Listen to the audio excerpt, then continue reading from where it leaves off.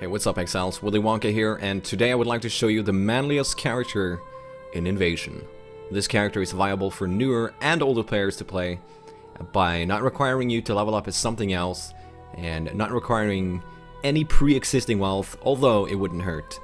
This character is fun to play in the early game as well as the late game, but most importantly, is effective, consistent, and because it's Invasion, it's built to be very safe. This character is called Buoyant Standard and is a level 89 one-handed ground slam marauder, building around no particular unique item, but can take advantage of some of them. Using ground slam was mostly a coincidence rather than something I set out to do specifically, and because I'm playing an Invasion and died multiple times, there was an urge to go tanky, and the easiest way to do that is to slap on a shield with high armor and use a one-hander. Ground slam became the skill of choice after seeing no other good weapon on the market, but I'm happy it ended up being my main ability. After the visual effect was changed, it not only looks good, but the area of effect is much easier to control. The main links for this character are ground slam, faster attacks, melee physical damage, melee damage on full life. This can be swapped out for added fire if you're doing a map with chaos damage over time, or something that makes you unable to stay full life for most of the time. I also swap in with blood magic if I'm doing a half regen, no regen map, etc., so that I can get max spammage with my skill. And then we have multi-strike, increased area of effect. Increased area of effect is nice when you're soloing. You want more clear speed, you want to hit the big packs, especially in outdoor maps, because they're more spread out. But I do favor Conk Effect for the most damage. Conk Effect is a multiplier, melee damage on full life is a multiplier, melee physical damage is a multiplier. So you end up with a lot of damage. I go from, if I use added fire, you know, increased AoE, and just the regular gems, I have like 8.4k DPS or something. With Conk Effects and all the other multipliers, I get 16.5k DPS. Since we can use Leap Slam, it's an easy choice for maneuverability, and we'll link it with Calling Strike to finish off rare mobs, bosses, and just to shorten the fights a little bit. And faster attacks is always nice for max leap slamming. And blood magic is good to put in there in case you're in a life-threatening situation and you need to get out fast. And we're relying on mana leech, so sometimes you can be low on mana for a split second, and that can be enough to send you into standard. For auras, we focus on boosting our physical resistances and damage. We're playing a Marauder, and many of the life passives and damage passives grant armor. So even if we're not going out of our way to get more armor, you just get them naturally. We get some armor here, we get some armor here. I'm sure there's some damage nodes as well, like here we get more aura, I mean armor. So there's a lot of armor to pick up. So this leads us to two easy choices. We use Hatred because we're wielding a pure physical weapon and scaling it with passives, and Hatred gives us extra % cold damage, chilling the monsters, and of course increasing the deeps. Determination fits perfectly with our setup. Determination is extremely powerful because it's a multiplier. You and nearby allies gain 50% more armor. This is not like a passive node where you get 50% increased armor. This takes all your % bonuses from your passive tree and multiplies them by 1.5. So it's a very powerful aura to get. And of course, we end up linking them with reduced mana. And I would love to run a third aura, but with the passives I have right now, it's unrealistic. But if I was going to go Cyclone instead of Ground Slam, I would get myself a Soul Taker, I would get a level 21 reduced mana, I'd pick up the reduced mana down here, up here, and we could run Grace, Determination, and Hatred. In my shield, I like to put cast when damage taken, Enduring Cry, just to automate the need for endurance charges when I'm in the heat of battle. And I also put Enfeeble there, because this is an invasion, I would like to stay extra safe, so I automatically Enfeeble everything that hits me. You could swap this out for Vulnerability, but because this is invasion, I've never had the need for it, and the damage should be fine without. And in my weapon, I have Immortal Call. It's nice to have quality on this. Increased duration, also nice to have quality. Enduring Cry, not as big of a deal with quality. It only increases your AoE, but it's nice. All of these combined will give you an Immortal Call that lasts over 15 seconds.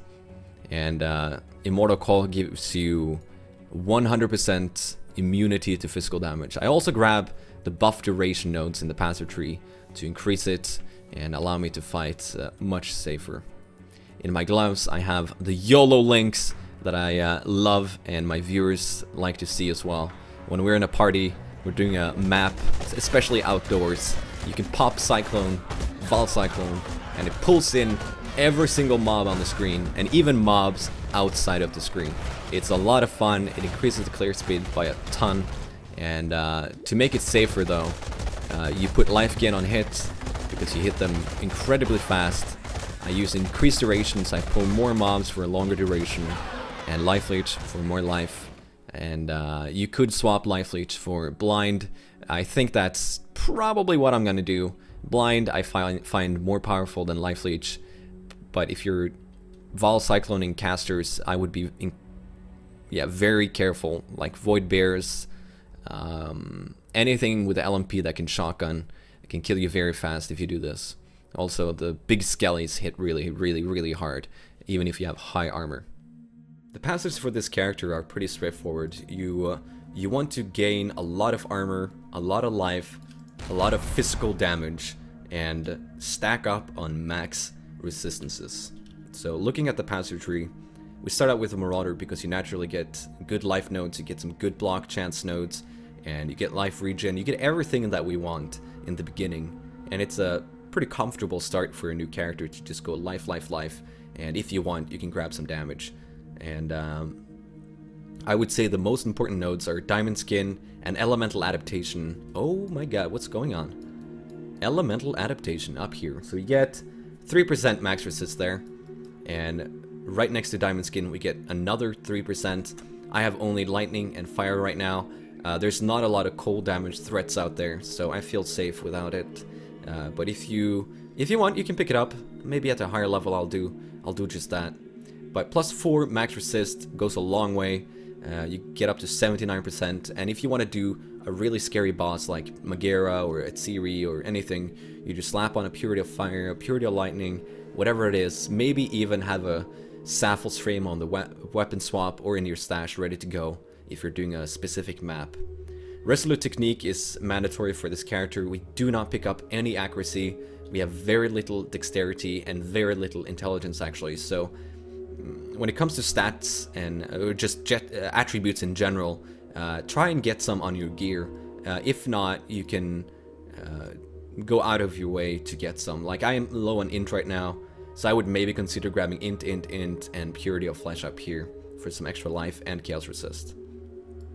Other than that, we just head on up for reduced aura reservation because we need to get a little bit of mana to work with our skill, and reduced mana doesn't remove enough. So Sovereignty is nice, and because we're heading up here in this general area, we pick up the life.